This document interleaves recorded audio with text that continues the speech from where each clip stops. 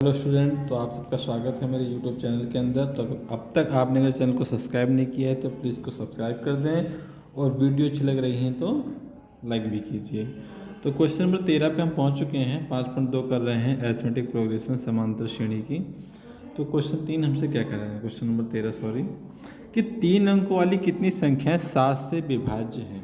तो इसमें हमको बताना है कि 3 अंकों वाले ऐसे कितने नंबर हैं जो 7 से भाग हो जाते हैं। ठीक है, तो ये जानने के लिए सबसे पहले तो हमें देखना पड़ेगा 3 अंकों वाली संख्या शुरू कहाँ से होती हैं। तो सबसे पहली संख्या हमारे पास कौन सी होती है 3 अंकों वाली, 100, और सबसे आखिरी की कौन सी होती है 999।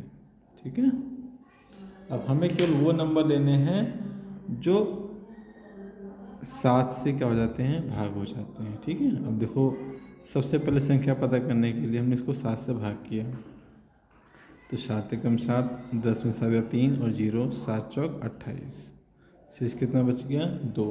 इसका मतलब ये हुआ कि जो 100 है वो 7 से भाग तो नहीं हो रहा। अगर इस संख्या को 7 से भाग होना है तो 2 में हमें कितना मिलाना पड़ेगा 5, ताकि ये 7 बन जाए और 7 के पहाड़े में आ जाए। तो 5 जोड़ने का मतलब ये हुआ कि पहले संख्या हमारी होगी 105। तो मैंने लिखा है ऐसे 3 अंकों वाली 7 से विभाज्य संख्या है। तो सबसे पहले संख्या कौन सी आ गई 105। उसके बाद अगर अगली संख्या निकालने के लिए इसमें क्या करो, 7 7 से जोड़ते रहो।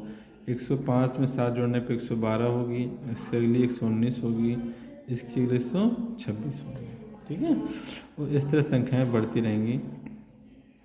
अब सबसे आखिरी संख्या मालूम करनी कौन सी है, तो सबसे आखिरी 3 अंक वाली कौन सी होती है 999।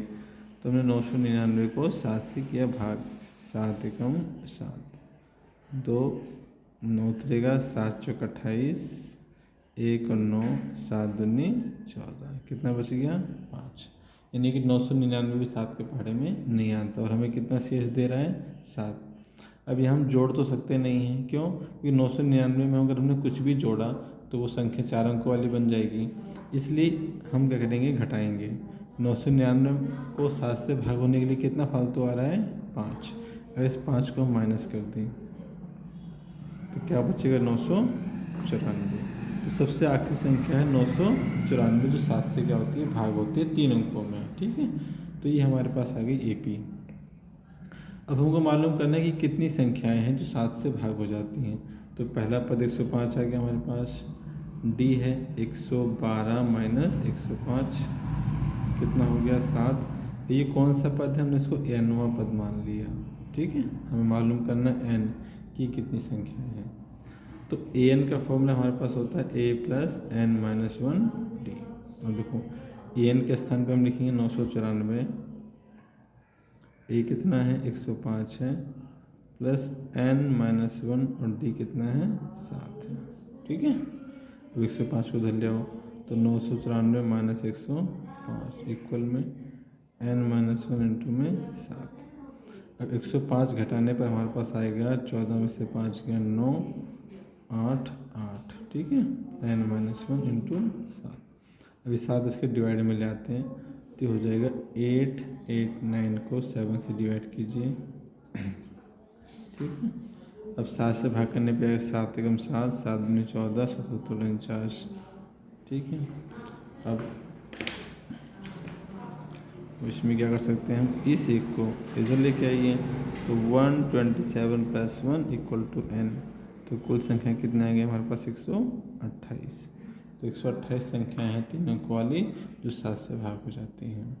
ठीक है, इसी तरह का क्वेश्चन नंबर 14 भी है। कह रहा है कि 10 और 250 के बीच 7 के कुल कितने गुणज हैं। अब गुणज बोले विभाज्य बोले एक ही बात है, यानी कि 10 और 250 के बीच में कितनी संख्या है जो 4 के मल्टीपल में आती है, मतलब 4 के पहाड़े में आती है। देखो सबसे पहले हमने 10 को किससे भाग किया 4 से, 4 दूनी कितना हो गया 8, 2 शेष बच गया।